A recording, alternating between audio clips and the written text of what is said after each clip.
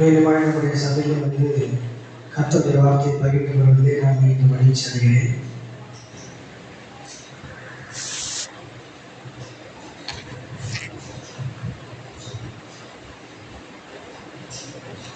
நம்ம என்ன பார்த்துட்டு வரோம் எனக்கு ஞாபகம் இருக்கா?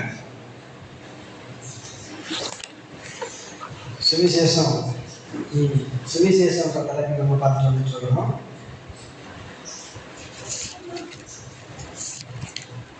சுவிசேஷம்னா என்ன அப்படின்னு கவனிச்சோம் அப்படின்னா நான் சொன்னேன் நற்செய்தி.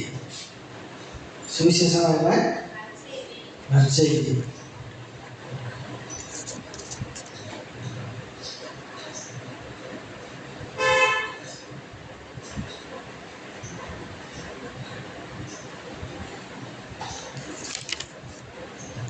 ஆரம்பத்திலே நான் சொன்னேன் என்ன அப்படின்னு கவனிச்சோம் அப்படின்னா இயேசு நமக்காக இந்த உலகத்தில் வந்து 2024 வருடங்களுக்கு முன்பதாக பிறந்து அவர் வாழ்ந்து எப்படி ஒரு மனுஷன் வாழணுன்றதை காமிச்சு அவர் நமக்காக சிலுவையில் அடிக்கப்பட்டு ரத்தம் சிந்தி நம்முடைய பாவங்களெல்லாம் அவர் ஏற்றுக்கொண்டு நம்ம நல்லா இருக்கணுன்றதுக்காக அவர் சிலுவையில் மரித்தார். மரித்ததோடு இல்லாமல் 3ஆவது நாளில் உயிரோடு கூட எழுந்தார். அதை தான் நம்ம வந்து சுவிசேஷமாக மக்களுக்கு அறிவிக்கிறோம். இன்னொன்று கவனிச்சோம் அப்படின்னா சுவிசேஷத்தினால என்ன லாபம் அப்படின்னு நம்ம பார்க்கும்போது அதுதான் நம்ம இப்போதைக்கு ஆரம்பித்தோம். சுவிசேஷத்தினால என்ன லாபம் அப்படின்றத நம்ம சொல்ல ஆரம்பித்தோம். அதுக்கு முன்னாடி அதில் வந்து ஒரு பாயிண்ட் என்ன அப்படின்னா சுவிசேஷத்தினால என்ன லாபம், அப்புறம் விசுவாசிகளின் பங்கு என்ன அப்படின்றதான் நம்ம ஆரம்பித்தோம். விசுவாசிகளுடைய பங்கு என்ன அப்படின்னு கவனிச்சிங்க அப்படின்னா மார்க்கு 16ஆம் அதிகாரம் 15ஆம் வசனத்தில் சொல்லப்பட்டிருக்கு, சகல சிருஷ்டிகளுக்கும் நீங்கள் போய் சுவிசேஷத்தை அறிவியுங்கள் அப்படின்னு போட்டிருக்குது. என்ன அப்படின்னா நம்ம ரட்சிக்கப்பட்டிருக்கிறோம், இயேசு கிறிஸ்துவை ஏற்றுக்கொண்டிருக்கிறோம், நம்ம போய் விசுவாசியாக இருக்கிறோம், சபைக்கு வந்துட்டு இருக்கிறோம். நம்ம என்ன பண்ணணும் அப்படின்னா அடுத்தவங்களுக்கு சுவிசேஷத்தை சொல்லணும். அதுதான் நம்மளுடைய விசுவாசிகளுடைய முக்கிய பங்கு. என்ன அப்படின்னா சுவிசேஷத்தை வந்து மக்களுக்கு வந்து சொல்கிறது தான் நம்மளுடைய விசுவாசிகளுடைய பங்கு. சுவிசேஷத்தை வந்து மக்களுக்கு போய் சொல்லணும் அப்படின்னா அடுத்தவங்களுக்கு வந்து சொல்லிக் கொடுக்கணும். சுவிசேஷனா என்னன்றதை நம்ம சொல்லிக் கொடுக்கணும், அறிவிக்கணும். சுவிசேஷத்தை அறிவிக்கணும் அப்படின்னா முதல்ல சுவிசேஷனா என்னன்றதை நம்மளுக்கு தெரிஞ்சிருக்கணும். அப்படிதான் நம்ம ஸ்டார்ட் பண்ணோம். அப்படி ஸ்டார்ட் பண்ணி சுவிசேஷம் அப்படின்னா என்னன்னு பார்த்தோம். எபிரேயர் 4ஆம் அதிகாரம் 2ஆம் வசனத்தில் போட்டுருக்கு, சுவிசேஷம் அவர்களுக்கு அறிவிக்கப்பட்டது போல நமக்கும் அறிவிக்கப்பட்டது அப்படின்னு போட்டிருக்குது. அந்த அவர்களுக்கு நான் யாரு, எங்கே, அவங்களுக்கு என்ன சுவிசேஷம் அறிவிக்கப்பட்டுச்சு அப்படின்றது எல்லாத்தையும் நான் உங்களுக்கு சொன்னேன். அதுக்கு மேலே பார்த்தோம் அப்படின்னா மத்தேயு 11ஆம் அதிகாரம் 5ஆவது வசனம், ஏசாயா 61ஆவது அதிகாரம் 1ஆவது வசனம், லூக்கா 4ஆவது அதிகாரம் 18ஆவது வசனம், இதெல்லாம் நம்ம பார்க்கும்போது இந்த சுவிசேஷத்தை குறித்த எல்லா காரியங்களையும் நிறையா நான் சொன்னேன். தரித்திரத்துக்கு சுவிசேஷம் அறிவிக்கப்பட வேண்டியிருக்கிறது அப்படின்னு. அப்புறம் நான் சொன்னேன் சுவிசேஷம்னா அது ஒரு ரகசியம், அந்த ரகசியம் தான் வந்து நம்மளுக்கு அறிவிக்கப்பட்டிருக்குது அப்படின்னு சொன்னேன். ஏன் அது ரகசியம், எதனால் அது ரகசியம் என்னன்ற எல்லா டீட்டெயிலுமே நான் உங்களுக்கு சொல்லிட்டு வந்தேன். இப்படியே நம்ம பார்த்துட்டு வரும்போது நம்ம கடைசியாக என்ன பார்க்க ஆரம்பித்தோம் அப்படின்னா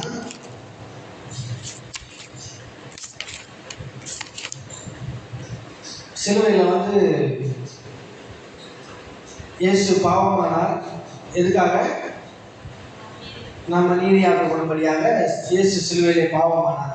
இயேசு சிலுவையிலே சாபமானார். எதுக்காக அப்படின்னு கவனிச்சிங்க அப்படின்னா நம்ம ஆசீர்வாதமாக வாழும்படியாக அவர் சிலுவையிலே சாபமானார். நம்மளுடைய எல்லா பலவீனங்களையும் சிலுவையில் அவர் ஏற்றுக்கொண்டார். எதுக்காக அப்படின்னா நம்ம வந்து சுகமாகவும் ஆரோக்கியமாகவும் பலவான்களாகவும் வாழ்ந்திருக்கும்படியாக அவர் எல்லா சுகவீனங்களையும் அவர் ஏற்றுக்கொண்டார். நம்மளுடைய எல்லா அறியாமையையும் நம்முடைய எல்லா பேதைத்தனங்களையும் சிலுவையில் ஏற்றுக்கொண்டார். எதுக்காக ஏற்றுக்கொண்டார் அப்படின்னா நீங்களும் நானும் ஞானவான்களா வாழ்ந்திருக்கும்படியாக அது அவர் அப்படி ஏற்றுக்கொண்டார். இப்படியே பார்த்துட்டு வரும்போது அதில் எல்லா சிலுவையில் இருக்கிற எல்லா காரியங்களையும் அடிப்படை காரியங்கள்லாம் சொல்லிகிட்டே வரும்போது கடைசி அவங்க என்ன சொல்லுவாங்க அப்படின்னா நம்ம இயேசு சிலுவையிலே மரணத்தை ஏற்றுக்கொண்டார், நம்மளாம் நித்திய ஜீவனை அடையும்படியாக அவர் சிலுவையில் வந்து மரணத்தை ஏற்றுக்கொண்டார் அப்படின்னு சொல்லி தான் எல்லா இதுலேயும் சிலுவையை பற்றி பேசினாங்கன்னா ஃபைனலாக இதை தான் சொல்லுவாங்க. அதுக்கு மேலே சொன்னாங்க அப்படின்னா இயேசு உயிரோட கூட எழுந்தார், அவர் உயிர் தெழுந்ததுனால நடந்திருக்குது அப்படின்றத சொல்லுவாங்க. ஆனால் நான் உங்களுக்கு என்ன காண்பிக்க ஆரம்பித்தேன் அப்படின்னா நித்திய ஜீவன்றதை தான் நம்ம பார்க்க ஆரம்பித்தோம்.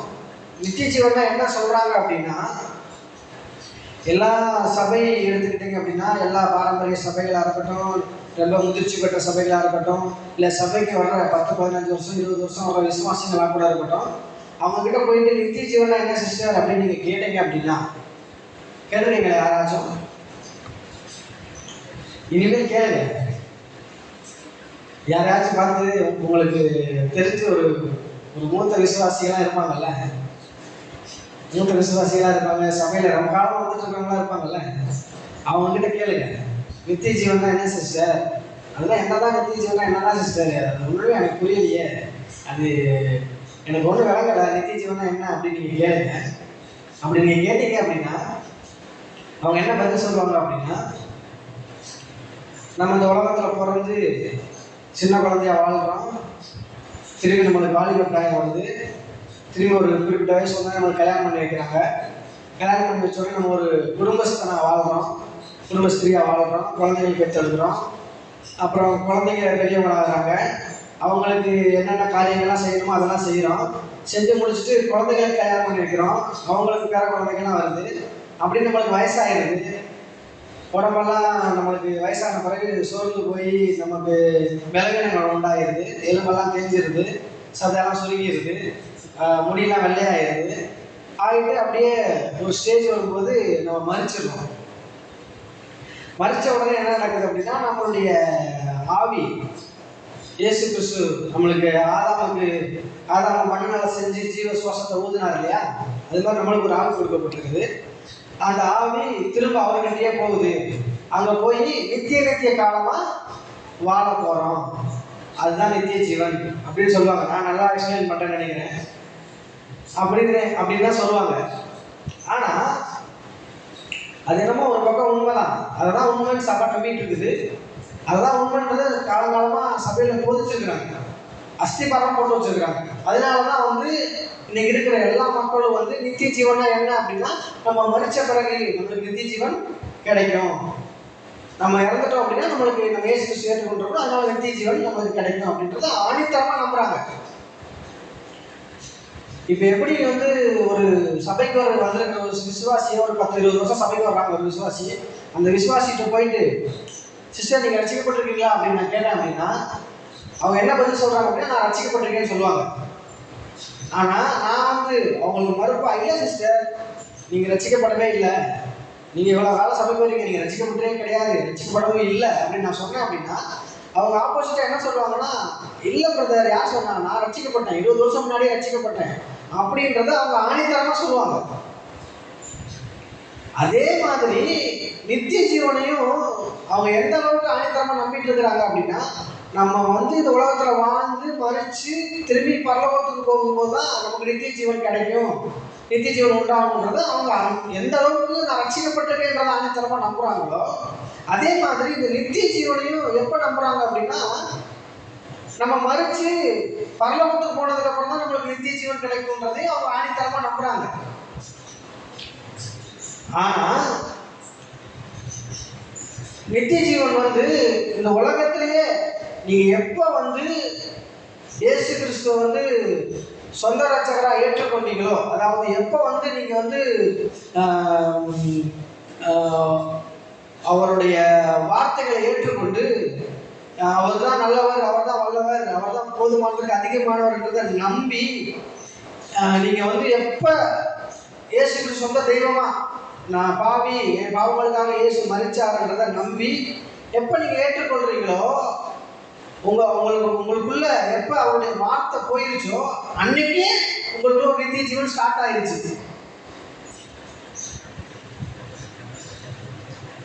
இயேசு தெரியுமா சிஸ்டர்? எல்லாருக்கும் தெரியுமா இயேசு? அவருக்கு எத்தனை வயசு சொல்லுங்க பாருங்க, சொல்லுங்க சிஸ்டர். 2024 வயசு. இயேசுக்கு எத்தனை வயசு? 2024 வயசு. தேவன் தெரியுமா சிஸ்டர்? அவருக்கு எத்தனை வயசு? அவருக்கு எத்தனை வயசுன்றத யாருமே சொல்ல முடியாது. ஆனா நல்லா கவனிங்க, தேவனுக்கு வந்து எத்தனை வயசுன்றத யாருமே சொல்ல முடியாது. ஆனா இன்னைக்கும் அவர் உயிரோட இருக்கிறார். இன்னைக்கும் அவர் உயிரோட இருக்கிறார். நான் என்ன சொல்ல வரேன் அப்படின்னா, அவருக்கு வந்து அவரோட வயசை வந்து கால்குலேட்லாம் பண்ண முடியாது. இத்தனை வயசு இருக்கு, இவருக்கு இத்தனை வருஷம் அப்படின்றத கால்குலேட் பண்ண முடியாது. இப்போ நான் பிறந்திருக்கிறேன், நான் வந்து சொல்லலாம் இந்த வருஷத்துல பிறந்தேன், இந்த இதில் பிறந்தேன், எனக்கு இத்தனை வயசு ஆகிட்டு இருக்குது, நம்ம கால்குலேட் பண்ணிடுறோம். ஆனால் இயேசுக்கும் கால்குலேட் பண்ணிடுறோம். எப்படி கால்குலேட் பண்ணிடுறோம்னா, அவர் பிறந்ததை வச்சு தான் இந்த உலகமே இயங்கிட்டு இருக்கு. என்னோட வயசை சொல்லணும்னா அவர் பிறந்ததை வச்சு தான் சொல்ல முடியும்.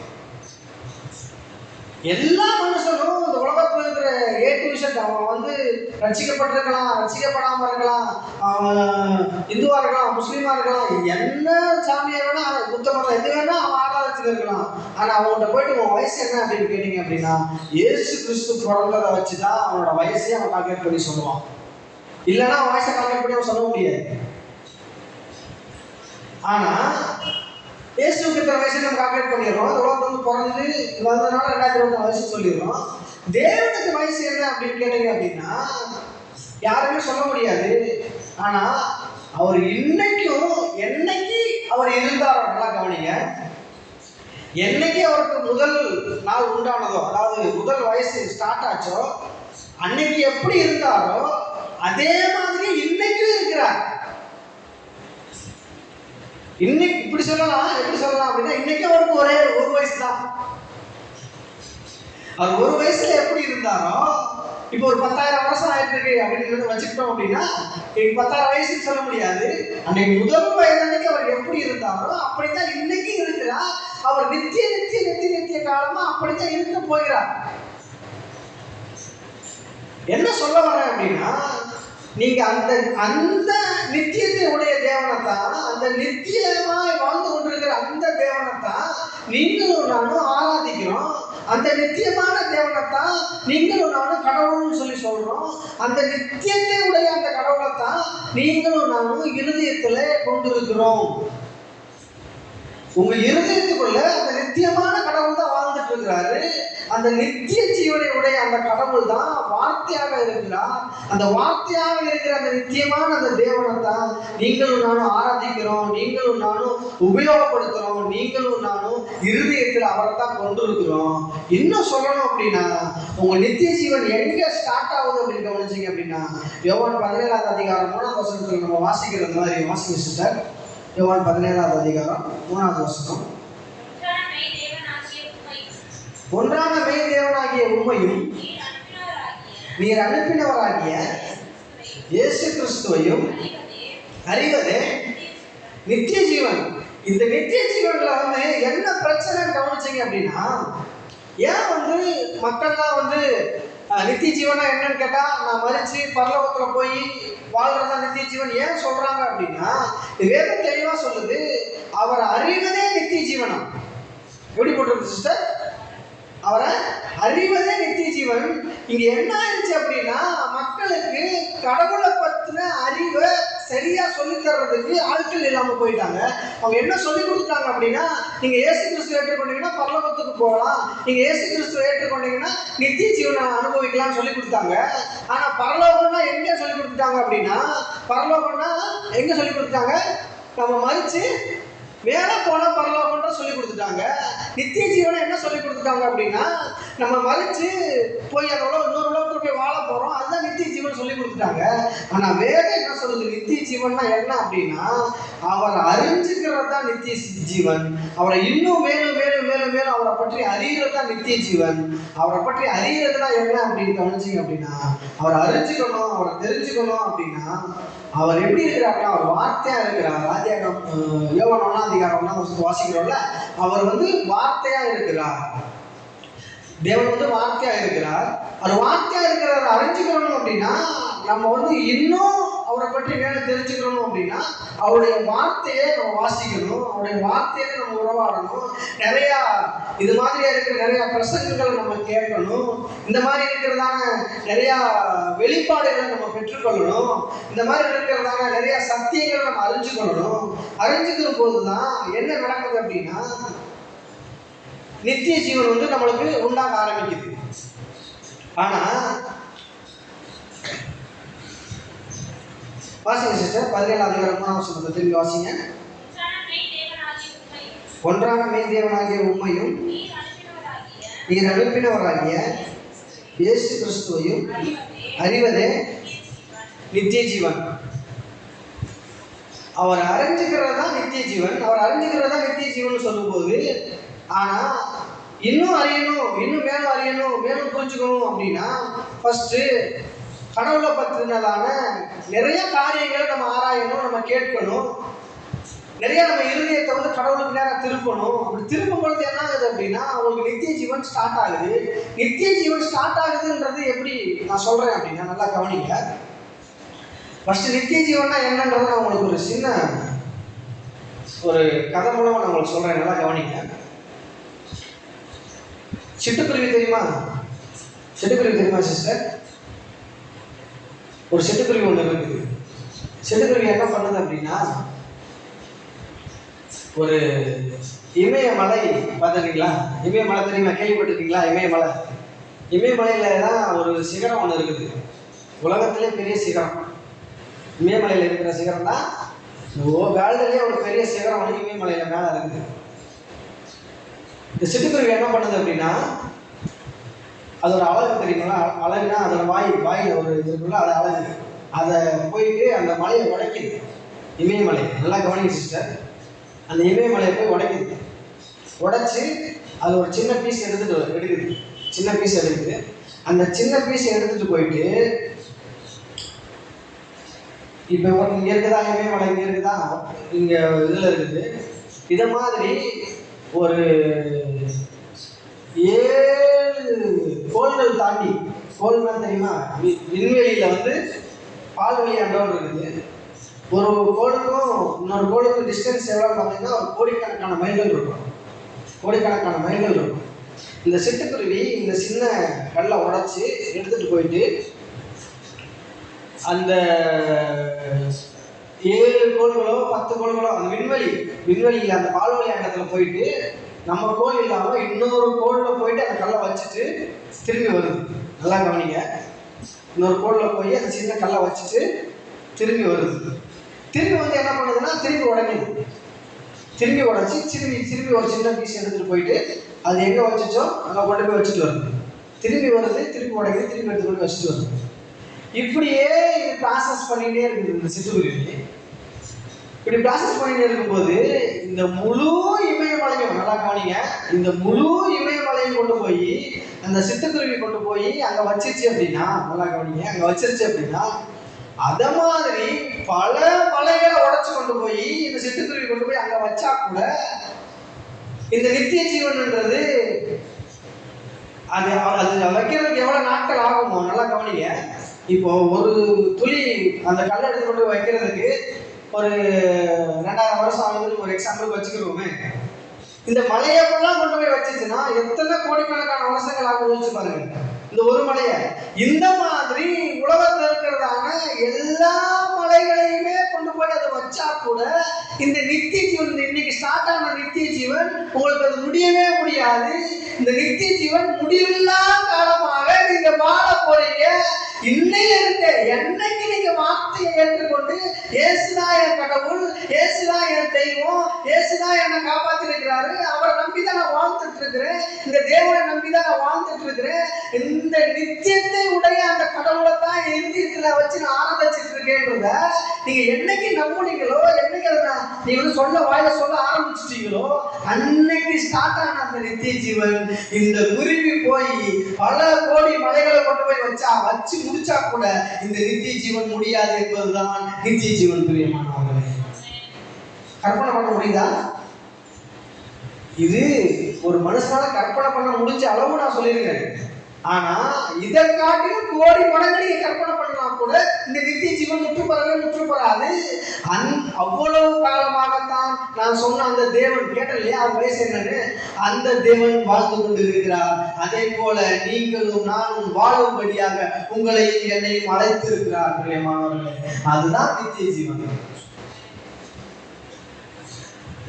ஆனா நம்ம என்ன யோசிக்கிறோம் அப்படின்னா, என்ன பிரதர் நீங்க நித்திய ஜீவன் சொல்றீங்க, மரணம் சொல்றீங்க, கோடிக்கணக்கான வருஷம்ன்றீங்க, பல கோடி வருஷம்ன்றீங்க.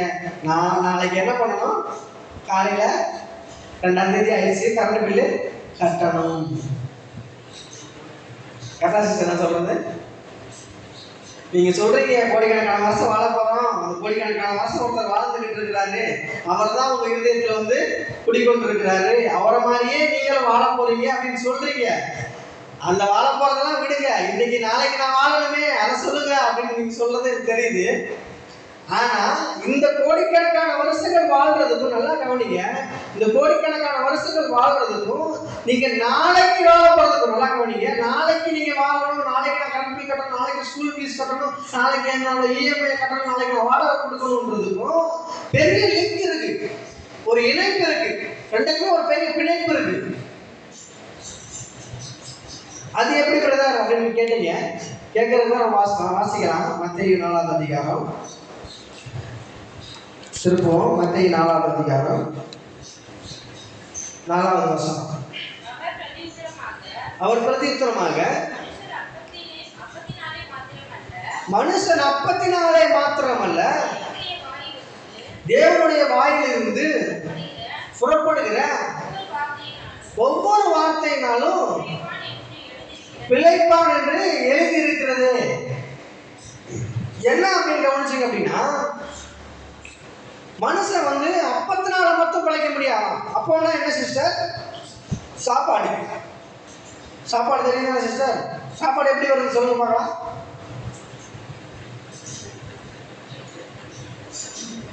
போன வாரம் வரும்போது இதுதான் கேட்டேன், சாப்பாடு எப்படி வருது சிஸ்டர் சொல்லுங்க சிஸ்டர் அப்படின்னு. கேட்கும் போது என்ன, நான் அப்பயே சொன்னேன், என்ன சிஸ்டர் ஐன்ஸ்டீனுக்கே தெரியாத கேள்வியை கேட்ட மாதிரி யோசிக்கிறீங்களே, சாப்பாடு எப்படி வருது அப்படின்னு. சாப்பாடு எப்படி வருது அப்படின்னா, அரிசி வாங்கிட்டு போய் கடையில் அரிசி வாங்கிட்டு போயிட்டு தண்ணி ஊற்றி அதில் அரிசியை போட்டு ஃபேஸில் வச்சிங்கன்னா சாப்பாடு வந்துடும். கேட்டதான சிஸ்டர் நான் சொல்கிறது? வந்துடும் சாப்பாடு. அது என்ன காட்டுது அப்படின்னா, நான் சொல்கிறேன்ல சாப்பாடு அது என்ன காட்டுது அப்படின்னா, நீங்கள் உங்களோட உழைப்பை பயன்படுத்தி, நல்லா கவனிங்க, நீங்கள் உங்களோட சொந்த உழைப்பை பயன்படுத்தி உழைச்சி அதில் வர்ற ஒரு சம்பாத்தியத்தை எடுத்துகிட்டு போயிட்டு அதை கொடுத்து அரிசியோ இல்லை வேற ஏதோ உங்களுக்கு என்ன தேவையோ அதை வாங்கி அதை சமைச்சு நீங்கள் சாப்பிட்றீங்க. அதாவது உங்களுடைய பிரயாசம் தான். அப்போ சொல்கிறாங்க இல்லையா, மனுஷன் அப்பத்தினாலே மாத்திரம் பலன் போடுறீங்க இல்லையா, அது உங்களுடைய பிரயாசத்தினால மாத்திரம் கிடையாது, அவன் தன்னுடைய பிரயாசத்துல மாத்திரம் கிடையாது. சுவாசி சிஸ்டர், மனுஷன் அப்பத்தினாலே மாத்திரமல்ல தேவனுடைய வாயிலிருந்து புறப்படுகிற ஒவ்வொரு வார்த்தையினாலும் பிழைப்பான். என்ன அப்படின்னா, நீங்க உங்களுடைய உழைப்பை நம்பி நீங்க பிழைப்பு நடத்த வேண்டிய அவசியம் கிடையாது. நீங்க இந்த கடவுளுடைய வார்த்தையை நம்பினீங்கன்னா, இந்த கடவுளுடைய வார்த்தையை நீங்க ஏற்றுக்கொண்டீங்கன்னா, இந்த கடவுளுடைய வார்த்தையை சரியா பயன்படுத்த கத்துக்கிட்டீங்க அப்படின்னா, நீங்க அப்பத்தை நம்பி வாழ்க்கை நடத்த வேண்டிய அவசியம் கிடையாது. நீங்க அப்பத்தை நம்பி பிழைப்பு நடத்த வேண்டிய அவசியம் கிடையாது. இந்த வார்த்தையை நம்பி நீங்க பிழைப்பு நடத்தலாம், இந்த வார்த்தையை நம்பி உங்க வாழ்க்கையை ஓட்டலாம்ன்றதுதான் அங்க அப்படி சொல்லப்பட்டிருக்குது. மனுஷன் அப்பத்தினாலே மாத்திரமல்ல தேவனுடைய வாயிலிருந்து புறப்படுகிறதாக ஒவ்வொரு வார்த்தையினாலும் விளைவிப்பான் அப்படின்னு போட்டிருக்குது. இன்னொரு வசனத்தை நம்ம வாசிப்போம். ரோமர் 1:17, விசுவாசத்தினாலே நீதிமான் பிழைப்பான். நான் அன்னைக்கே சொன்னேன், என்ன சொன்னேன் அப்படின்னா, இங்க உங்களுக்கு ஒரு டிஃபரெண்டா நான் காண்பிக்கணும்னு விரும்புறேன். அன்னைக்கு நான் சொன்னேன், என்ன சொன்னேன் அப்படின்னா, அங்க போட்டிருக்குது மனுஷன் அப்பத்தினால மாத்திரமல்ல வார்த்தையினால பிழைப்பான் போட்டிருக்குது. இங்க போட்டிருக்குது நீதிமான் விசுவாசத்தினால பிழைப்பான். அன்னைக்கு நான் என்ன சொன்னேன் அப்படின்னா, நீங்க எந்த அளவுக்கு வார்த்தையின் மேல விசுவாசத்தை வைக்கிறீங்களோ, எந்த அளவுக்கு வார்த்தையின் மேல நீங்க விசுவாசத்தை வைக்கிறீங்களோ அதுதான் உங்களுடைய பிழைப்பா இருக்கிறது, அதுதான் உங்களை வழிநடத்திட்டு போகுது. போகுது, அதுதான் வாழ்ந்து இருக்குது அப்படின்னு நான் உங்களுக்கு நான் காமிச்சேன். ஆனா இன்னைக்கு அதுக்கு மேல இதுவரை நான் ஏற்கனவே போதிச்சாச்சு. இன்னைக்கு அதுக்கு மேல நான் உங்களை கொண்டு போகணும்னு விரும்புறேன். என்ன அப்படின்னு கவனிச்சீங்க அப்படின்னா, மத்தேயு 4:4 திருப்பி வாசிங்க சிஸ்டர். மனுஷன் அப்பத்தினாலே மாத்திரமல்ல தேவனுடைய வாயிலிருந்து புறப்படுகிற ஒவ்வொரு வார்த்தையினாலும் பிழைப்பான். நல்லா கவனிங்க, இந்த வசனத்துல என்ன போட்டிருக்கு அப்படின்னா, அங்க மென்ஷன் பண்ணியிருக்குது மனுஷன். என்ன போட்டிருக்குது? மனுஷன். ரோமர் 1:17 என்ன போட்டிருக்கு சிஸ்டர்? இங்க என்ன மென்ஷன் பண்ணியிருக்குது அப்படின்னா நீதிமான். நல்லா கவனிச்சுக்கோங்க. மத்தேயு 4 அதிகாரத்தில் என்ன போட்டிருக்கு அப்படின்னா, மனுஷன் அப்பத்தினாலே மாத்திரமல்ல தேவனுடைய வாயிலிருந்து புறப்படுகிறதான ஒவ்வொரு வார்த்தையினாலும் பிழைப்பான். இங்க என்ன போட்டிருக்கு அப்படின்னா, நீதிமான் விசுவாசத்தினாலே நீதிமான் பிழைப்பான். மனுஷன் பிழைக்கணும் அப்படின்னா நல்லா கவனிச்சுக்கோங்க. ரட்சிக்கப்படாத ஒரு மனுஷன், அதாவது உலகத்தில் பிறந்துட்டான்னா அவன் மனுஷன் தான். அந்த மனுஷன் பிழைக்கணும் அப்படின்னா நல்லா கவனிங்க, அந்த மனுஷன் பிழைக்கணும், வாழணும், இருக்கணும் அப்படின்னா அவனுக்கு தேவையானது என்ன அப்படின்னு கவனிச்சிங்கன்னா, அவன் அப்பத்தினால மட்டும் இல்லை வார்த்தையினால கூட வாழலாம், வார்த்தையினால கூட பிழைக்கலாம். ஆனா நீங்களும் நானும் மனுஷனோட நின்றல, நீங்களும் நானும் மனுஷனோட நின்றல. நீங்கள் நானும் என்னவா இருக்கிறோம்? நீதிமான்களா இருக்கிறோம். இப்ப நீங்க மனுஷனா இருந்தீங்க அப்படின்னா நீங்க என்ன பண்ணலாம் அப்படின்னா, வார்த்தைனா கடவுளுடைய வார்த்தையோ இல்லையோ அது உங்களுடைய வார்த்தையாவே இருக்கட்டும். இல்ல சில பேர் நீங்க உங்களுக்குன்னு சில பேரோட வார்த்தையெல்லாம் கேட்பீங்கல்ல, கேட்டு இதை பண்ணுங்க அதை பண்ணு பண்ணுவீங்கல்ல, அந்த மாதிரி உங்களுக்கு சொல்லித்தரவங்களா இருக்கட்டும், வயசானவங்க கொடுக்குற ஆலோசனைகளா இருக்கட்டும், அந்த மாதிரி உலகத்துல இருக்கிற மனுஷன் வார்த்தையினாலதான் பிழப்பு நடத்திட்டு இருக்கிறான். நீங்க நல்லா கவனிச்சு பாருங்க, எந்த மனுஷனால இருக்கட்டும், எப்படியாப்பட்ட கோடீஸ்வரனா இருக்கட்டும் இல்லாதவனா இருக்கட்டும், அவனை நீங்க பேசிக் என்ன நீங்க கவனிச்சீங்க அப்படின்னா அவன் வார்த்தையினாலதான் வாழ்க்கை நடத்தி கொண்டு இருப்பான்.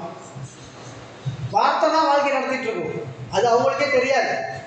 அவங்க வாயில என்ன பேசுறாங்களோ நல்லா கவனிங்க, அவங்க வாயில என்ன பேசுறாங்களோ, அவங்க சிந்தனையில என்ன சிந்திக்கிறாங்களோ, அவங்க இருதயம் எதனால நிரப்பி இருக்குதோ அதுதான் அவங்களுடைய வாழ்க்கை, அதுதான் வாழ்க்கை நடத்திட்டு போகும். இருதயத்தின் நிறைவினாலே வாய் பேசும். அதுதான் உலகத்தில் இருக்கிற எல்லா மனுஷனும் நடந்துட்டு இருக்குது. நான் சொல்றேன், மனுஷனுக்கும் உங்களுக்கும் பெரிய வித்தியாசம் இருக்கு. என்ன பெரிய வித்தியாசம் கவனிச்சிங்க அப்படின்னா, மனுஷன் அவன் வாயில என்ன, இருதயத்துல என்ன இருக்குதோ, அவன் வாயில என்ன வருதோ அதை பேசிட்டு போயிட்டே இருப்பான். அவன் இருதயத்துல என்ன நிறைஞ்சிருக்குதோ, அவன் வாயில என்ன வருதோ அதை பேசிட்டு போயிட்டே இருப்பான்.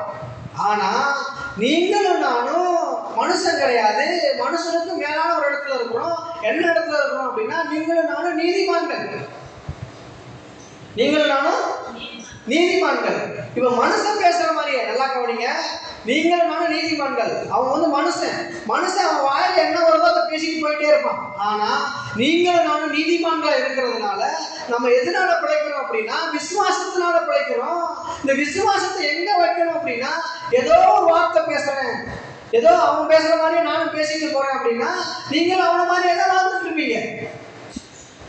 ஏதோ என் வாயில வரதை நானும் பேசிட்டு போயிட்டே இருக்கேன் சிஸ்டர், ஏதோ என் வாயில வரதை நானும் பேசிட்டு போயிட்டே இருக்கேன் பிரதர். அவன் பேசினா நானும் பேசினேன், அவன் பேசினா நானும் பேசினேன். அவளை விட நான் குறைச்சதா?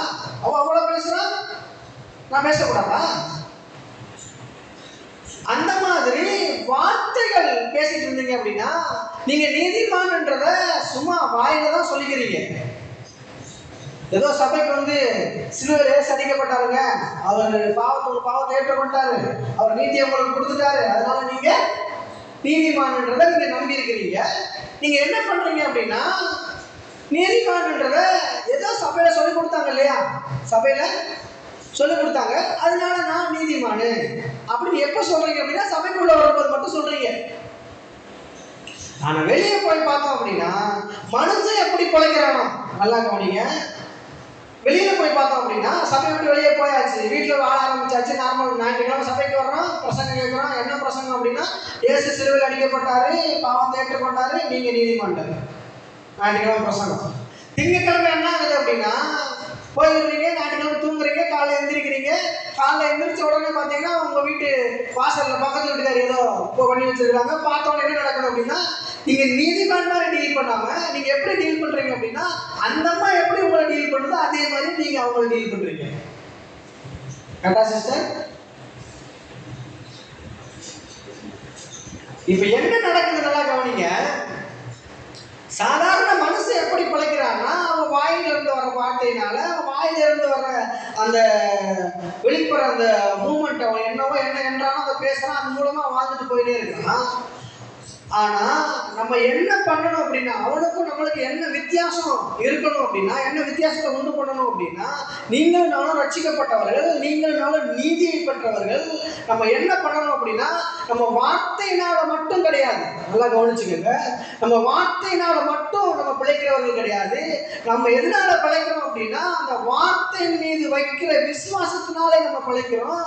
நம்ம என்ன பேசணும் அப்படின்னா, நம்ம என்ன சொல்லணும் அப்படின்னா, நமக்கு ஒருத்தங்க தீங்கு செஞ்சுட்டாங்க அப்படின்னா, நல்லா கவனிங்க, நமக்கு ஒருத்தங்க தீங்கு செஞ்சுட்டாங்க அப்படின்னா நம்ம திரும்பி அவங்கள தீங்கு செய்யற மாதிரி நம்ம பேசக்கூடாது. ஏன் நம்ம அப்படி பேசக்கூடாது அப்படின்னா, நம்மளாம் விசுவாசத்தினாலே பிழைக்கிறவர்கள், நீதினாலே பிழைக்கிறவர்கள், ஆசீர்வாதத்தை நம்ம உருவாக்குகிறவர்கள். வேதம் சொல்லுது, உன்னை சபிக்கிறவர்களை ஆசீர்வதிகள் போட்டிருக்குது, தீமைய நன்மையினால வெல்லணும் போட்டிருக்குது. தீமை செய்கிறவர்களுக்கு, நீங்க நன்மை செய்கிறவர்களுக்கே நன்மை செஞ்சீங்க அப்படின்னா நீங்களும் சாதாரண மனுஷன் தான். ஒரு நன்மை உனக்கு, நான் உங்களுக்கு ஒரு 1000 ரூபாய் கொடுக்குறேன் அப்படின்னா, நீங்க எனக்கு திரும்பி 2000 ரூபாய் கொடுத்தீங்க அப்படின்னா, நான் உங்களுக்கு ஒரு நன்மை செஞ்சேன், அதையே திரும்பி நீங்க எனக்கு செய்றீங்க அப்படின்னா, நன்மை செய்யறது அது சாதாரண மனுஷன் செய்யற விஷயம். ரசிக்கப்படாத ஒரு மனுஷன் நான் ஒரு 1000 ரூபாய் கொடுக்குறேன் அப்படின்னா, அவன் எனக்கு கொடுக்கும்போது 1000 ரூபாய் இந்த சிஸ்டர் கஷ்டத்தில் இருக்கீங்களா, அவர் 2000 ரூபாய் வச்சுக்கவங்களுக்கு கொடுக்குறது வந்து நன்மை செய்கிறவர்களுக்கு நன்மை செய்யறது. ஆனா இங்க டீல் என்ன? நீங்க நீதிமான்னு காட்டணும், நீங்க நீதிமான் தான் நிரூபிக்கணும், நீங்க நீதிமானா வாழணும். நீதிமானதை வாயில சொன்னா மட்டும் பத்தாது, நீதிமானா வாழணும், நீதிமானா இருக்கணும். அப்படின்னா டீல் என்னன்னு கவனிச்சிங்க அப்படின்னா, நன்மை செய்யறவனுக்கு நன்மை செய்யறது ஒன்றும் ஒரு வேண்டே கிடையாது சிஸ்டர். கொடுங்கள் அப்பொழுது உங்களுக்கு கொடுக்கப்படும் அப்படின்னா, கடையில் போய் ஒரு 5 ரூபா கொடுத்தீங்க அப்படின்னா, நல்லா கவனிங்க, கடையில் போய் ஒரு 5 ரூபா கொடுத்தீங்க அப்படின்னா, அது பிஸ்கட் பாக்கெட் கேட்டீங்கன்னா, நீங்க ஒரு 5 ரூபா கொடுக்குறீங்க, அதுக்கு பிஸ்கட் பாக்கெட் கொடுக்குறாங்க. கொடுங்கள் அப்பொழுது உங்களுக்கு கொடுக்கப்படும்ன்றது உலகத்தில் சாதாரணமாக நடந்துகிட்டு இருக்கிற விஷயம். ஒரு 20 ரூபா கொடுத்தீங்கன்னா ஒரு வாட்டர் கேன் கொடுக்குறாங்க, வாங்கி நீங்கள் தண்ணி குடிச்சுக்கலாம். ஒரு 50 ரூபா கொடுத்தீங்கன்னா ஒரு கிலோ அரிசி கொடுக்குறாங்க, நீங்கள் வாங்கி சமைச்சு சாப்பிட்டுக்கலாம். இதுவே வந்து கொடுங்கள் அப்பொழுது உங்களுக்கு கொடுக்கப்படும்ன்ற அந்த பிரமாணத்தில் தான் செயல்பட்டு இருக்குது. ஆனா நீங்களும் நானும் அந்த சாதாரணமா அந்த கொடுங்கள் அப்பொழுது உங்களுக்கு கொடுக்கப்படும் அந்த பிரமாணத்தோடு அப்படி நின்றது கிடையாது. உங்களுக்கு எனக்கும் அமைக்கி குலுக்கி சரிந்து விடும்படியா வந்து நிரம்பணும். அப்படி நிரம்பணும் அப்படின்னா, நீங்க சாதாரண மனுஷன் வாழ்ற வாழ்க்கையை வாழ்ந்தீங்க அப்படின்னா, உங்களுக்கு வந்து அந்த கொடுங்கள் என்று கொடுக்கப்படுற பிரமாணம் மட்டும்தான் வேலை செய்ய ஒழிஞ்சு, அந்த அமைக்கி குலுக்கி நிரம்பி வழிகிற அந்த ஆசீர்வாதம் உங்களுக்கு எனக்கு அது வேலை செய்யவே செய்யாது. அது வேலை செய்யணும் அப்படின்னா, நீங்க மனுஷனா வாழாம நீங்கள் இந்த உலகத்திலே நீதிமான்களாக வாழ்ந்து காட்ட வேண்டும், நீதிமான்களாக வாழ வேண்டும், நீதிமானாகவே உலா வர வேண்டும். ஒருத்தவங்களை திட்டுனா, ஒருத்தவங்களை வந்து தகாத வார்த்தைகளால் பேசுனா அப்படின்னா, திரும்பியும் நீங்களும் அதே மாதிரி ஆப்போசிட்டா பேசுறீங்க அப்படின்னா, நீங்க வந்து சாதாரண மனுஷனா தான் இன்னும் இருக்கிறீங்க, நீதிமானா மாறி இருக்கிறீங்களா இல்லைன்றது வாயில சொல்லிக்கிறது, அவ்வளவுதான். அதே போல ஒருத்தர் உங்களை குழி பறிக்கிறான், நீங்க முன்னேறக்கூடாதுன்னு நினைக்கிறான், உங்களை வந்து வாழ்க்கையில முன்னேறவே விடக்கூடாது, அவன் எப்படி முன்னேறினான் பார்க்கலாம் அப்படின்னு யோசிக்கிறான் அப்படின்னா, நீங்களும் திரும்பி இவன் இப்படி யோசிக்கிறானே நானும் அப்படியே யோசிக்கிறேன்னு சொல்லிட்டு அவன் முன்னேறக்கூடாது, அவன் வந்து நல்லா இருக்கக்கூடாது, அவன் வந்து வாழ்க்கையில முன்னேறி போயிடக்கூடாதுன்னு நீங்கள் யோசிச்சீங்க அப்படின்னா, நீங்க இன்னும் மனுஷனாகவே வாழ்ந்து கொண்டிருக்கிறீங்க. எப்படின்னா உங்க வார்த்தையினாலேயே வாழ்ந்து கொண்டிருக்கிறீங்க. மனுஷன் அப்பத்தினாலே மாத்திரமல்ல, தேவனுடைய வாயிலிருந்து புறப்படுகிற ஒவ்வொரு வார்த்தையினாலும் பிழைக்கிற மாதிரி ஒவ்வொரு நாளோட பிழைப்பையும் அந்த கஷ்டத்தையும் எப்படி வாழ்ந்துட்டு இருக்கிறீங்கன்னா, ஆதாம் வந்து அவன் பாவம் செஞ்சவனே என்னாச்சு அப்படின்னா, வேர்வை சிந்தி சம்பாதிச்சு சாப்பிடணுன்ற நிலைமைக்கு போனான். அந்த நிலைமை தான் மனுஷனா இருந்தோம் அப்படின்னா. ஆனா நீதிமானா இருந்தீங்க அப்படின்னா, நல்லா கவனிங்க, நீதிமானா இருந்தீங்க அப்படின்னா நீங்க விசுவாசத்தினால வாழ்க்கை நடத்தணும். நீங்க நீதிமான்ன்றதை நீங்க நம்புறீங்க அப்படின்னா, நான் ரட்சிக்கப்பட்டதை எவ்வளவு ஸ்ட்ராங்கா நம்புறீங்க? நான் ரட்சிக்கப்பட்டிருக்கேன் சிஸ்டர், நீங்க ரட்சிக்கப்படலாம் வந்து நான் எத்தனை கோடி முறை சொன்னா கூட நீங்க என்ன சொல்லுவீங்க? திரும்பி நான் ரட்சிக்க தான் பட்டிருக்கேன் பிரதர் சொல்றீங்கல்ல. அத மாதிரி நீங்க நீதிமான்ன்றதை ஸ்ட்ராங்கா நம்புறீங்க. நான் நீதிமான் தான், நீங்க நீதிமான் கிடையாது சிஸ்டர் அப்படின்னு சொன்னா யார் பிரதர் சொன்னா? வேதத்துல போட்டிருக்குது, இயேசு எனக்காக அடிக்கப்பட்டு ரத்தம் சிந்தி என்னோட பாவங்கள் எல்லாம் சிலுவையில் ஏற்றுக்கொண்டாரு, என்னுடைய பாவம் அவர்கிட்ட போயிருச்சு, அவருடைய நீதி எனக்கு வந்துருச்சு, நான் நீதிமான் தான் ஸ்ட்ராங்கா சொல்றது மாதிரி நீங்க நீதியை அப்படியே வாயில சொல்றதோட விட்டுறக்கூடாது.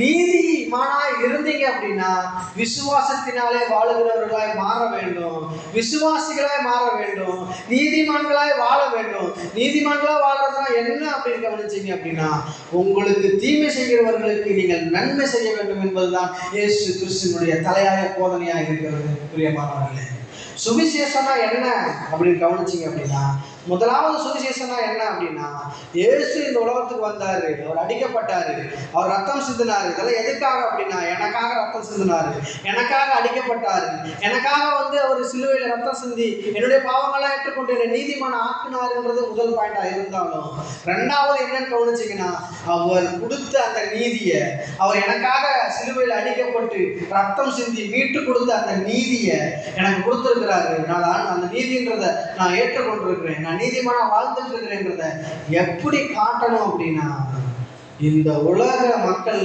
பார்க்கும் விதமாக, அக்கம் பக்கத்துல இருக்கிற மக்கள் பார்க்கும் விதமாக, அக்கம் பக்கத்துல இருக்கிறவங்க உணரும் விதமாக, அவனாப்பா அவன் சபைக்கு போறான், அவன் இப்படிலாம் பேசினா பதிலுக்கு பதிலாம் பேச மாட்டான், அவன் நம்ம ஒரு தீமையே தெரியாம பண்ணிட்டோம்னா கூட அவன் திரும்பி நமக்கு தீங்கு நினைக்க மாட்டான்ப்பா அந்த சொல்ற அளவுக்கு நீங்க வாழ்ந்தீங்க அப்படின்னா நான் சொல்றேன் நீங்க அந்த அளவுக்கு வாழணும், அந்த அளவுக்கு இருக்கணும் அப்படின்னா நீங்க விசுவாசத்தை இந்த வார்த்தை மீது வைக்கணும். விசுவாசத்தை அந்த வார்த்தை மீது வச்சீங்க அப்படின்னா, விசுவாசத்தை இருதயத்துல கொண்டு வந்தீங்க அப்படின்னா, விசுவாசம் உங்க இருதயத்துல பெருக ஆரம்பிச்சிச்சு அப்படின்னா, இந்த வார்த்தையை பற்றினதான அறிவு உங்க இருதயத்துல உண்டாக ஆரம்பிச்சிச்சு அப்படின்னா, இந்த வார்த்தையை பற்றினதான எண்ணங்கள் உங்க இருதயத்துல உண்டாக ஆரம்பிச்சிச்சு அப்படின்னா நான் சொல்றேன் நீங்க நல்லா கவனிங்க. பவுல் சொல்றாரு நான் நன்மை செய்யணும்னு தான் நினைக்கிறேன். நல்லா கவனிங்க, நான் நன்மை செய்யணும்னு தான் நினைக்கிறேன், ஆனா என்னையவே அறியாம தீமையை நான் செஞ்சிடறேன். தீமை செய்யக்கூடாதுன்னு நினைக்கிறேன், ஆனா தீமை செய்யக்கூடாது, நான் நன்மை தான் செய்யணும்னு நினைக்கிறேன்.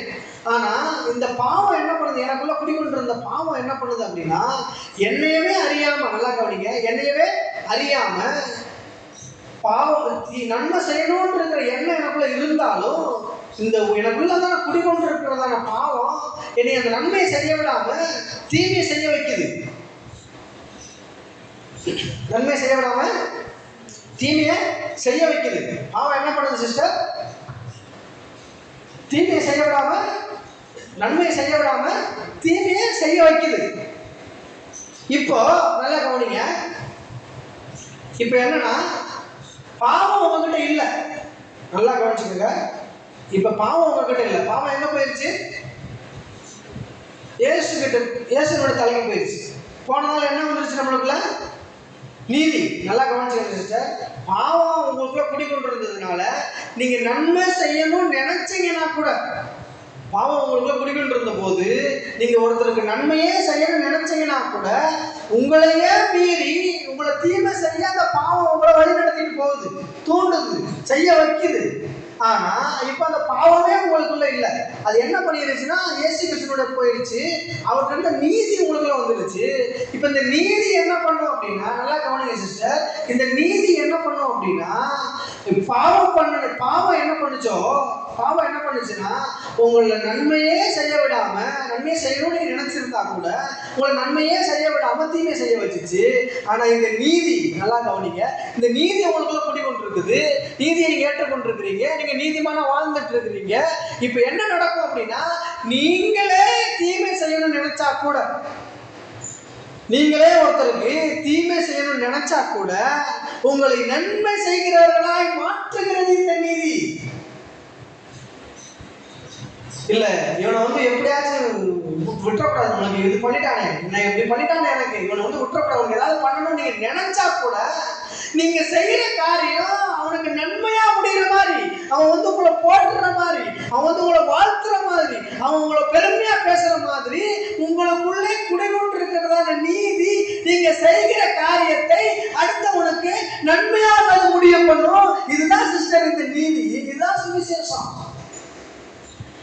நான் சொல்றேன், ஒரே ஒரு கீழ்ப்படியாக போனதுனால வந்த பாவமே நீங்க நன்மை செய்ய நினைக்கிற உங்களை தீமைக்கு எதுவும் நடத்திட்டு போய் உங்களை தீமை செய்ய வைக்குது அப்படின்னா, இந்த இயேசு கிறிஸ்துவனுடைய மகா வல்லமை படைத்த உன்னதமான சர்வ வல்லமையில் இந்த கடவுளுடைய கீழ்ப்படிதல் உங்களுக்குள்ளாக நீதியை உண்டு பண்ணியிருக்கு அப்படின்னா, அந்த பாவம் செய்கிறதை காட்டிலும் இந்த நீதி உங்களை தீமை செய்தவர்களுக்கும் நன்மை செய்கிறதற்கு தக்கதான பலனையும் ஆரோக்கியத்தையும் சந்தோஷத்தையும் மகிழ்ச்சியும் அன்பையும் உங்க இருதயத்திலே உண்டு பண்ணும் என்பதுதான் இந்த நீதியினுடைய வல்லமை. பிரியமானவர்களே, புரியுதா சிஸ்டர் நான் சொல்றது? நீங்களே நல்லா கவனிச்சுக்கோங்க, நீங்களே அவனுக்கு நான் தீமை தான் செய்யணும் அப்படி நினைச்சுக்கினா கூட இந்த நீதி உங்களுக்குள்ள இருந்துச்சு அப்படின்னா, அந்த நீதியை நீங்க ஏற்றுக்கொண்டிருந்தீங்க அப்படின்னா, இந்த நீதி எனக்குள்ள இருக்குது, நான் நீதிமான்ற எண்ணத்தை உடையவர்களா நீங்க இருந்தீங்க அப்படின்னா, நீங்க தீமை செய்யணும்னு நினைச்சு போய் நீங்க செஞ்சீங்கன்னா கூட அந்த காரியத்தை நன்மையாக மாறி அதை நன்மையாக மாற்றி அதை நன்மையாக முடிவு பண்ணுகிற அளவுக்கு இந்த நீதிக்கு வல்லமை இருக்கிறது. இந்த நீதிக்கு வல்லமை இருக்கிறது அப்படின்னா இந்த நீதி வேற எங்கேயும் இல்லை, அது உங்களுக்குள்ளாக இருக்கிறது. உங்களுக்குள்ளாக இருக்கிறது. உங்களை நீதி நன்மையான காரியத்தை நடப்பிப்பதற்கு தேவையான வல்லமையும் உங்களுக்குள்ள இருக்கிறது என்பதுதான் சத்தியம். பிரியமானவர்களே, என்ன சிஸ்டர் புரியுதா நான் சொல்றது?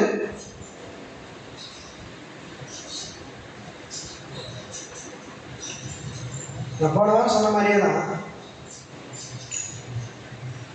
நம்ம என்ன யோசிக்கிறோம் அப்படின்னா, நம்மளுடைய வாழ்க்கை வெளிப்புறமா மாறிடணும். வெளிப்புறமானா அக்கம் பக்கத்தில் இருக்கிற மக்கள்லாம் பார்க்குறாங்கல்ல, பார்க்கும்போது நம்ம ஒரு பார்க்குறவங்க கண்ணுக்கு நல்லா தெரியணும், ஒரு செழிப்பா தெரியணும், ஒரு வளமா தெரியணும், ஒரு பணக்காரனா தெரியணும் அப்படின்னு நம்ம யோசிக்கிறோம். நம்ம மட்டும் இல்லை, எல்லா மக்களும் யோசிக்கிறாங்க அப்படி. ஆனால் நல்லா கவனிச்சிங்க அப்படின்னா, நீங்க வெளிப்புறமா ஒரு செழிப்பா தெரியணும், வெளிப்புறமா ஒரு வளமா தெரியணும், வெளிப்புறமா உங்களை பார்த்தோன்னே சிஸ்டர் நல்லா இருக்கிறாங்க, சந்தோஷமா இருக்காங்க, மகிழ்ச்சியாக இருக்கிறாங்கன்றது அடுத்தவங்களுக்கு புலப்படணும் அப்படின்னா நீங்க உள்ள வேலை செஞ்சிருக்கணும். அந்த உலக பிரகாரமாவே சொல்றாங்க பாருங்களேன், அகத்தின் அழகு முகத்தில் தெரியும். நீங்க உள்ள எந்த அளவுக்கு வேலை செய்றீங்களோ, உள்ள எந்த அளவுக்கு வேலை செய்றீங்களோ, உள்ளனா எப்படின்னா கடவுளை அறிந்துகிற அறிவை எந்த அளவுக்கு வளர்த்துக்கிறீங்களோ, வார்த்தை மேல எந்த அளவுக்கு தாகமா இருக்கிறீங்களோ, உங்க ஆத்மா எந்த அளவுக்கு வார்த்தையில செழிக்குதோ. ஏன்னா வேதமே சொல்லுது, உன் ஆத்மா வாழ்கிறது போல நீ எல்லாவற்றையும் வாழ்ந்து, நீ எல்லாவற்றையும் வாழணும் அப்படின்னா சுகத்துல வாழணும், நீங்க நன்மையில வாழணும், நீங்க பரிபூர்ணத்துல வாழணும், நீங்க செழிப்புல வாழணும், நீங்க வளத்துல வாழணும், நீங்க பணத்துல பெருகணும், ஞானத்துல பெருகணும், உடல் ஆரோக்கியத்துல பெருகணும் அப்படின்னா, எல்லாவற்றையும் வாழணும் அப்படின்னா உங்க ஆத்மா முதல்ல செழிப்பா இருக்கணும். ஆத்மா செழிப்பா எப்படி இருக்கும் அப்படின்னா, கடவுளை அறிந்து கொள்ளுகிற அறிவு உங்களுக்கு பெருகி இருக்க வேண்டும். அதுதான் அந்த வசனம் நம்ம வாட்ச வசனத்துல போட்டிருக்குது, அவர் அறிவதே நித்திய ஜீவன். நித்திய ஜீவனுக்கு நேரம் நம்ம போகணும் அப்படின்னா, நித்திய ஜீவனுக்கு நேரம் நம்ம வழிநடத்திட்டு போகணும் அப்படின்னா கடவுளை அறியணும். கடவுளை அறியணும் அப்படின்னா வார்த்தையை தெரியணும். வார்த்தையை தெரியணும் அப்படின்னா வேதத்தை எடுத்து வாசிக்கணும். வேதத்தை எடுத்து வாசித்தோம் அப்படின்னா வெளிப்பாடுகள் உண்டாகும். வெளிப்பாடுகள் உண்டாச்சு அப்படின்னா வெளிப்பாடுகள் எல்லாம் நீங்கும். வேதத்தில் இருக்கிற வார்த்தையை வாசி வெளிப்பாடு உங்களுக்கு உண்டாச்சு அப்படின்னா வெளியே உங்களுக்கு இருக்குது இல்லையா, அந்த பாடெல்லாம் எங்கே போகுதுன்னு தெரியாது.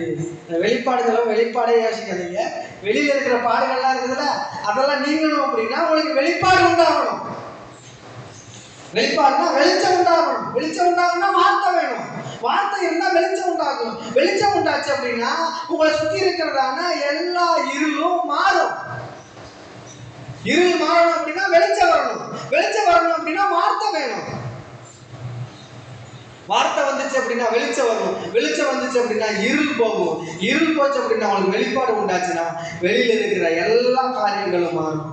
நான் திரும்பவும் என்ன சொல்ல வரேன் அப்படின்னா, கர்த்தரை அறிகிறதான அறிவுனால நீங்க நிரம்ப நிரம்ப நிரம்ப நிரம்ப உங்க வாழ்க்கை நன்மையினால நன்மையினால நன்மையினால நிரப்பப்படும் என்பதுதான் சத்தியம். பிரியமானவர்களே, எந்த அளவுக்கு வார்த்தையை நேசிக்கிறீங்களோ, எந்த அளவுக்கு கடவுளை நேசிக்கிறீங்களோ, எந்த அளவுக்கு வார்த்தையை நீங்க தியானிக்கிறீங்களோ, எந்த அளவுக்கு கடவுளை நீங்க எனக்காக இருக்கிறார், எனக்குள்ள இருக்கிறார், எனக்காக செயல்படுறாருன்றத நம்புறீங்களோ, அது அப்படியே வெளிப்படும், அது அப்படியே நடக்கும், அது அப்படியே செயல்படும். இதுதான் அந்த வார்த்தையில் இருக்கிற ரகசியம். சுவிசேஷம் என்பது ரகசியம் சொன்னேன். என்ன ரகசியம் அப்படின்னா, இந்த சுவிசேஷம் உங்களை நீங்க நினைச்சீங்க அப்படின்னா உங்களை கீழ் மட்டத்தில் இருக்கிற வேதத்துல போட்டிருக்க மாதிரி ஒருவனை புழுதியிலிருந்து தூக்கி குப்பையிலிருந்து உயர்த்தி அவனை பிரபுக்களோடும் ராஜாக்களோடும் உட்கார வைக்கிற அளவுக்கு இந்த வார்த்தையில வல்லமை இருக்குது. ஆனா அதை நம்பணும், அதை விசுவாசிக்கணும், அதை எனக்கு தான் அப்படின்றத சொல்லி அதை சுதந்திரிச்சு கொள்ளணும். அப்படி பண்ணும்போது தான் இந்த நீதி உங்களுக்குள்ளாக வேலை செய்கிறதா இருக்கிறது. நம்ம என்ன யோசிக்கிறோம் அப்படின்னா, ஒரு நாள் பிரசங்கத்தை கேட்குறோம், ஞாயிற்றுக்கிழமை பிரசங்கம் கேட்குறோம், திங்கட்கிழமையிலேருந்து நார்மல் வாழ்க்கை அப்படியே போகுது. திரும்பி சனிக்கிழமை ஆச்சுன்னா ஞாயிற்றுக்கிழமை சர்ச்சுக்கு வர்றோம், பிரசங்க கேட்குறோம், திரும்பி வாழ்க்கை அப்படியே போகுது.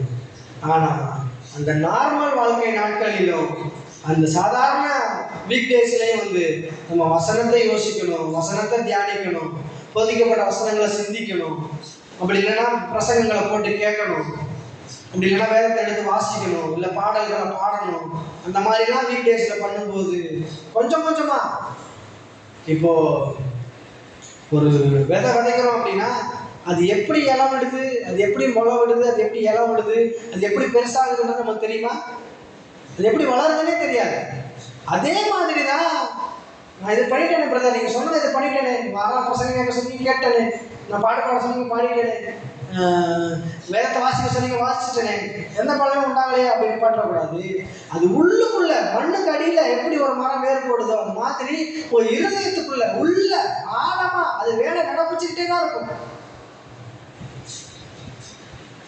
இப்போ நம்ம சபையை இந்த சபையை நம்ம வணிகத்திய சபை எடுத்துக்கல, நான் ஒரு எத்தனை வாரம் பிரசங்கம் பண்ணியிருக்கேன்.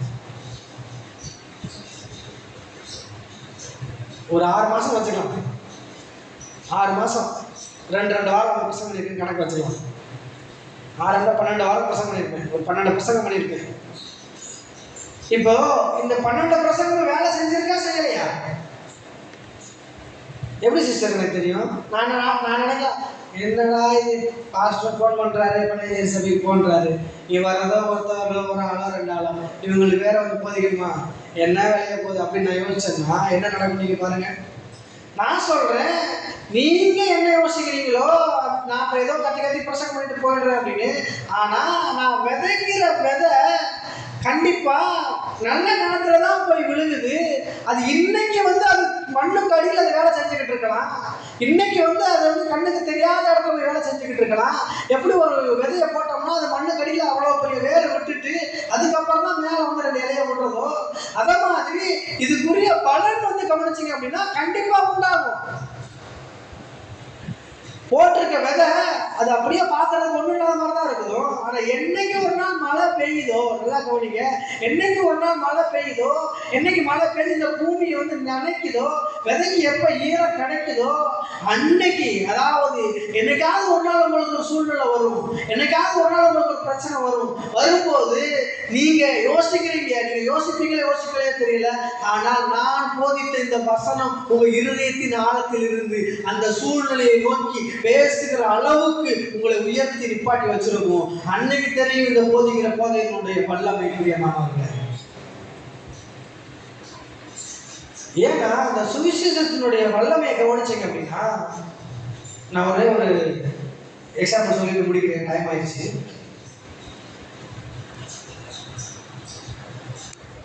1 ராஜாக்கள் திருப்பவும் 1 ராஜாக்கள் 2 ராஜாக்கள் 5வது அதிகாரம், 2 ராஜாக்கள் 5வது அதிகாரம் 1வது வசனத்திலிருந்து வாசிங்க சிஸ்டர்.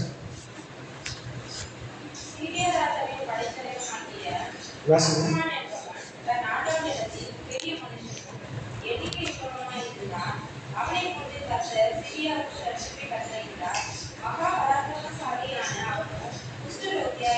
நல்லா கவனிச்சுக்கங்க. இங்க நாகமான ஒருத்தர் இருக்கிறான். இந்த கதையை நீங்க கேள்விப்பட்டிருந்திருக்கலாம். நாகமான ஒருத்தர் இருக்கிறான். அவன் வந்து பெரிய மனுஷனா, நிறைய எண்ணிக்கையோட இருந்தான்னா அவனை கொண்டு சிரியாவுக்கு ரட்சிப்பே உண்டாயிருக்குது. அப்படின்னா நிறைய யுத்தங்கள்ல ஜெயிச்சு சிரியா தேசத்தை அவன் தான் காப்பாற்றி வச்சிருக்கான். இன்னும் சொல்ல போனா இஸ்ரவேல் கூட போரிட்டு, இஸ்ரவேல் ஜனங்களோட போரிட்டு ஜெயிச்சு அவன் இஸ்ரவேல்ல இருந்து ஒரு பெண்ணை வந்து அடிமை பண்ணா கூட்டு வந்திருக்கான். இஸ்ரவேல் கூட போரிட்டு ஜெயிச்சு ஒரு பெண்ணை வந்து அங்க இருந்து அடிமை பண்ணா கூட்டு வந்திருக்கான். வாசிங்க சிஸ்டர்.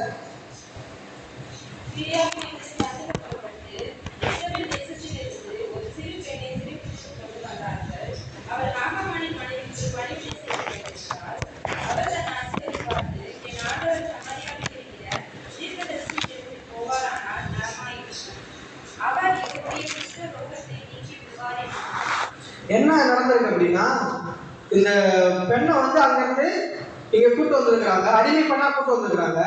இந்த பெண்ணை வந்து அவங்களோட ஒய்ஃபுக்கு வேலை செஞ்சுட்டு இருக்கிறாங்க. வேலை செஞ்சுட்டு இருக்கும்போது இந்த பெண்ணு வந்து என்ன பண்றா அப்படின்னா சுவிசேஷத்தை சொல்றான். நல்லா கவனிங்க. இந்த பெண்ணோட நிலைமையை நல்லா யோசிச்சு பார்த்துக்கங்க. இந்த சிரியா தேசத்து அவன் பேர் என்ன, நாகமான் வந்து படைத்தளபதி. இவன் என்ன பண்றான் அப்படின்னா அந்த சிரியா தேசத்து அக்கம் பக்கத்தில் இருக்கிற எல்லா தேசங்களையும் ஜெயிச்சு நிறைய தேசங்களை தோற்கடிச்சிருக்கான். இதுல இஸ்ரவேல் கூடயும் போரிட்டு தோற்கடிச்சிட்டு இந்த பெண்ணை அடிமை பண்ணா கூட்டு வந்திருக்கான். இப்ப இந்த பெண்ணை என்ன நினைக்கணும், இவனால தானே நம்ம இந்த நிலைமைக்கு வந்துட்டோம். இவன் வந்து நம்ம தேசத்தை வந்து போரிட்டு நம்மளை ஒன்றும் இல்லாமல் நம்ம அம்மா அப்பாட்ட பிரித்து எடுத்து இங்கே கொண்டு வந்துட்டான். எவ்வளோ கஷ்டத்தில் நம்ம வந்து இவனுக்கு கீழே வேலை செஞ்சுட்டு இருக்கிறோமே அப்படின்னு நினைக்கணும். நம்ம நினைக்கிறோம் நம்மளுக்கு ஒரு சின்ன ஒரு கஷ்டம் வந்த உடனே எனக்கு இவன் இப்படி பண்ணிட்டானே, எனக்கு இவன் இப்படி பண்ணிட்டாலே அப்படின்னு யோசிச்சு அவங்களுக்கு இவனுக்குலாம் எதுவுமே பண்ணக்கூடாது, எந்த நன்மையும் பண்ணக்கூடாது, எந்த ஒரு உதவியுமே பண்ணக்கூடாது அப்படின்னு யோசிக்கிறோம். ஆனால் இந்த இஸ்ரவேல் தேசத்தில் இருக்கிற இந்த அடிமைப்பட்ட சின்ன பெண்ணுக்கு ஒரு எண்ணம் என்னன்னு பாருங்க. அவளுக்கு தெரியும் இந்த நாகமான் தான் வந்து அங்கே வந்து போரிட்டு நம்மளை அங்கேருந்து அடிமையாக இங்கே கூட்டு வந்துட்டான் அப்படின்றது அவளுக்கு தெரியும்.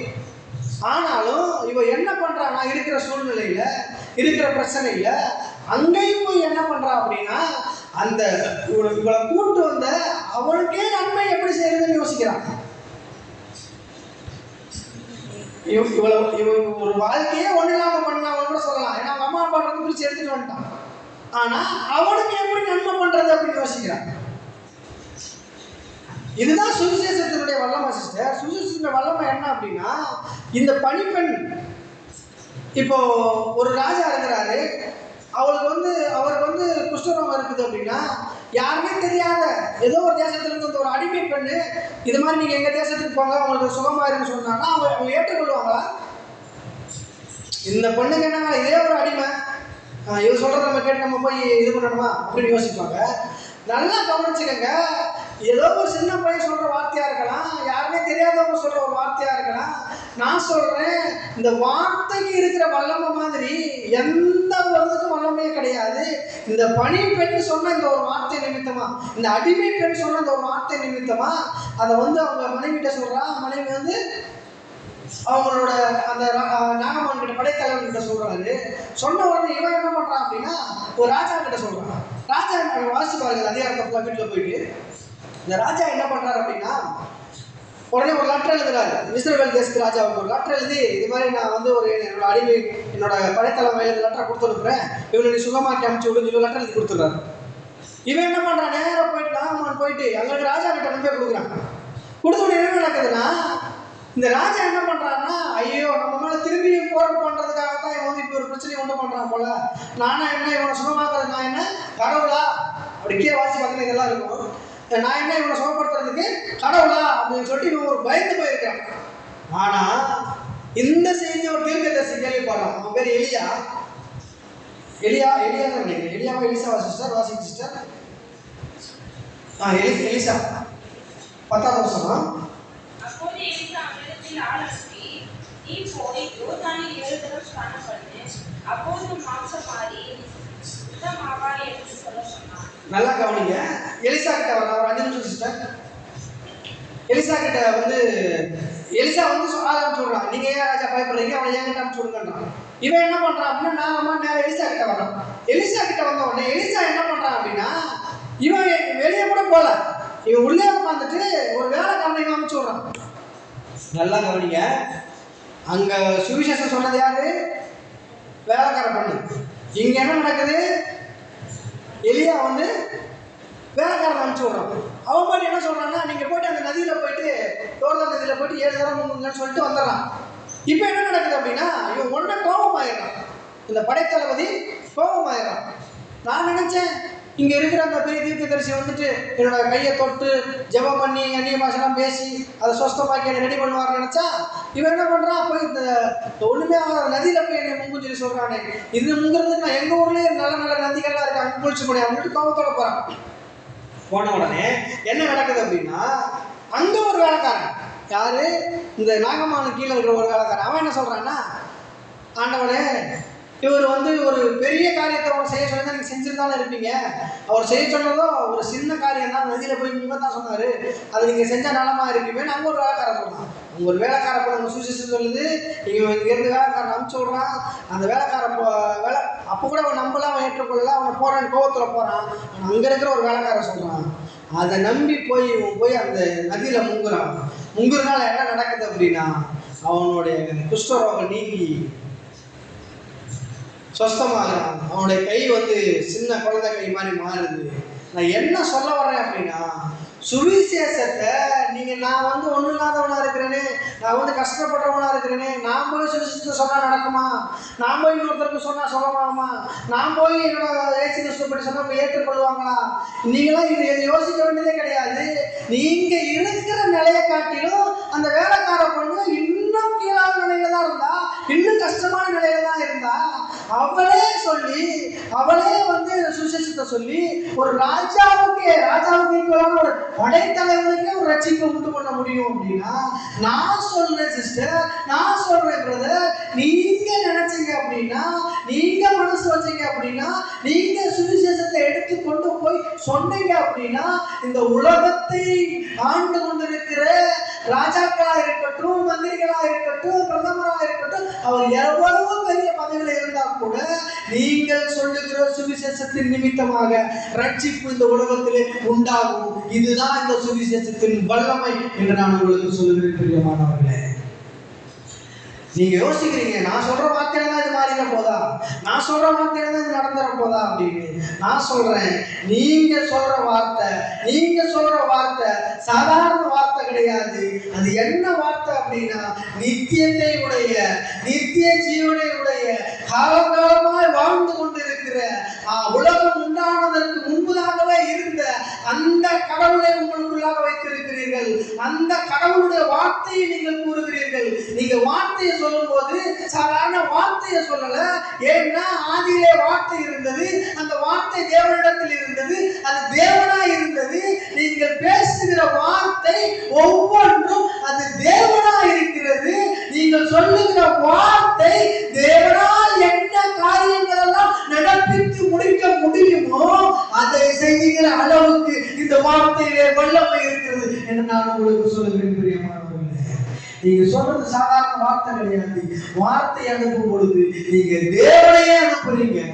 நான் சொல்றேன், அடுத்தவங்களுக்கே இந்த காரியம் நடக்கும் அப்படின்னா, ஒண்ணுமே அறியாத புறஜாதியான ராஜாவுக்கு, அந்த நாகமானுக்கே இது நடக்கும் அப்படின்னா, நீங்க உங்களுக்கு சொல்லும் போது, நீங்க இந்த சர்வ சிருஷ்டிகளை நீங்க ஏற்றுக்கொண்டிருக்கிறீங்க, இந்த சர்வ வல்லமையுள்ள கடவுளை நீங்க ஏற்றுக்கொண்டிருக்கிறீங்க, நீங்க இந்த கீழ்ப்படுதலுடைய வல்லமையை கொண்டிருக்கிறீங்க. நீங்க உங்களுக்கு சொல்லும் பொழுது, ஏன் சிஸ்டர் நடக்காம போகும், ஏன் சிஸ்டர் வாழ்க்கை மாறாம போகும், ஏன் சிஸ்டர் உங்களுக்கு ஒரு ஒளி உண்டாகாம போகும், ஏன் சிஸ்டர் உங்களுடைய வாழ்க்கையில இருக்கிறதான இருளெல்லாம் இல்லாம போகும். நான் சொல்லுகிறேன், இந்த வார்த்தையை எடுத்துக்கொண்டு செல்லுங்கள், இந்த வார்த்தையை உங்க இருதயத்தில் எடுத்துக்கொண்டு செல்லுங்கள், இந்த வார்த்தையை எடுத்துக்கொண்டு சென்று உங்க வாழ்க்கையில இருக்கிறதான எல்லா இருளை பார்த்தும் பேசுங்கள், எல்லா இருளை பார்த்தும் துரத்துங்கள், எல்லா கரடுமுரடான காரியங்களை பார்த்து சொல்லுங்க. எல்லாம் செம்மையாக மாறட்டும். எல்லா பிரச்சனைகளும் வந்து உங்க வாழ்க்கையை விட்டு போகட்டும். பலவீனங்கள்லாம் மாறட்டும். குடும்ப பிரச்சனைகள்லாம் மாறட்டும். கடன் பிரச்சனைகள்லாம் இல்லாம போகட்டும். நீங்கள் கடன் கொடுக்கிற அளவுக்கு இந்த வார்த்தை உங்களை வழிநடத்தி செல்லும் என்பதுதான் சத்தியம். பிரியமானவர்களே, நம்மள எழுந்திருக்கலாம், கடவுளை புதிக்கலாம், எதிரிக்கலாம். கர்த்தர் சொன்ன வார்த்தை பிரகாரமாக மனுஷன் 40 மாத்திரமல்ல, கர்த்தருடைய தேவனுடைய இயேசு கிறிஸ்துவினுடைய வாயிலிருந்து புறப்படுகிறதான எல்லா வார்த்தையினாலும் பிழைப்பான். அதை நான் சொல்றேன். அதாவது நீதிமான் விசுவாசத்தினாலே பிழைப்பான். நீங்க எந்த அளவுக்கு இந்த வார்த்தையை விசுவாசிக்கிறீங்களோ, நீங்க எந்த அளவுக்கு இந்த வார்த்தையை ஏற்றுக்கொள்கிறீர்களோ, நீங்க எந்த அளவுக்கு இந்த வார்த்தையை உங்க வாழ்க்கையில பயன்படுத்துகிறீர்களோ, அந்த அளவுக்கு இது கண்டிப்பா உங்க வாழ்க்கையை மாற்றும் என்பதுதான் சத்தியம் சிஸ்டர். இது நான் சொல்றதா இருக்கட்டும், யார் வேணா சொல்லலாம், எந்த மனுஷனா உங்களுக்கு எதிராக செயல்படலாம். நான் சொல்றேன், உங்களை தீமைக்கு நன்மை செய்கிறவர்களாக இந்த வார்த்தை உங்களை மாற்றும் சிஸ்டர். நம்ம ஜெபிக்கலாம். ஏசப்பாவை துதிக்கிறோம் ஐயா. நல்லவரே துதிக்கிறோம் கர்த்தாவே. பரிசுத்தரே நாங்கள் துதிக்கிறோம் ஐயா. நேற்றும் இன்றும் என்றும் மாறாத தெய்வமே நாங்கள் துதிக்கிறோம் கர்த்தாவே. அப்பா, போதிக்கப்பட்ட வசனங்களுக்காக நாங்கள் ஜெபிக்கிறோம் டாடி. நல்ல இருதயமாகிய நிலத்திலே இந்த வார்த்தையை விதைத்து அப்பா, இதை ஒவ்வொரு நாள் நாங்கள் தண்ணீர் ஊற்றி பாதுகாத்து, விசுவாசம் என்கிற தண்ணீரை ஊற்றி இந்த வார்த்தையை ஒவ்வொரு நாளும் பாதுகாத்து எங்களுக்கு வாழ்க்கையிலே சூழ்நிலை நேரங்களிலே இதை சரியாக எடுத்து நாங்கள் பயன்படுத்துகிறவர்களாக, சுவிசேஷத்தை சரியாக நாங்கள் சொல்லுகிற பிள்ளைகளாக, பிரச்சனையிலே வாழ்ந்து கொண்டிருக்கிற மக்களுக்கு, இல்லாமலே வாழ்ந்து கொண்டிருக்கிற மக்களுக்கு, கஷ்டத்திலே வாழ்ந்து கொண்டிருக்கிற மக்களுக்கு சரியான நேரத்திலே அந்த பணிப்பெண் எப்படி கர்த்தாவே சரியான நேரத்தில் நாகமானுக்கு இந்த சுவிசேஷத்தை அறிவித்தாலும், அதை போல இந்த உலகத்தில் இருக்கிறதான எங்கள் அக்கம் பக்கத்தில் இருக்கிறதான எல்லா மக்களுக்கும் சரியான நேரத்திலே இந்த சுவிசேஷத்தை அறிவிக்கிற ஒரு மக்களாக நாங்கள் வாழ, நாங்கள் தெரிந்தெடுக்கப்பட்டவர்களாக வாழ, தீமைக்கு நன்மை செய்கிறவர்களாக நாங்கள் வாழ கர்த்தர் எங்களுக்கு அனுக்கிரகம் செய்கிறார்கள். பாவம் எப்படி ஒரு மனுஷனை வந்து தீமை செய்கிறவனாக மாற்றுதோ, அதே போல இந்த நீதி உங்கள் எல்லாரையும் நன்மை செய்கிற, தீமைக்கு நன்மை செய்கிறவர்களாக உங்களை மாற்றுது என்பதுதான் சத்திய பிரியமானவர்களே. கடவுளை நம்ம ஆராதிப்போம். அப்பா பிதாவே, அந்த வார்த்தைகளுக்காக நன்றி டாடி. அப்ப இந்த வார்த்தை கொடுத்த அப்பா கர்த்தாவுக்கு நன்றி சொல்லுகிறோம். இந்த வார்த்தை கர்த்தாவே நல்ல நிலங்களில் விழுந்து 100 மடங்கு பகிர்ந்தத்தக்கதாக நீ கிரியை செய்வீராக டாடி. எல்லாவற்றையும் கருத்துல கொடுக்கிறோம் ஐயா. நீங்களே மகிமைப்படுங்க. எல்லாவற்றையும் கருத்துல கொடுக்கிறோம். இயேசு கிறிஸ்து நாமத்தில் ஜெபிக்கிறோம் நல்ல பிதாவே. ஆமென். ஆமென்.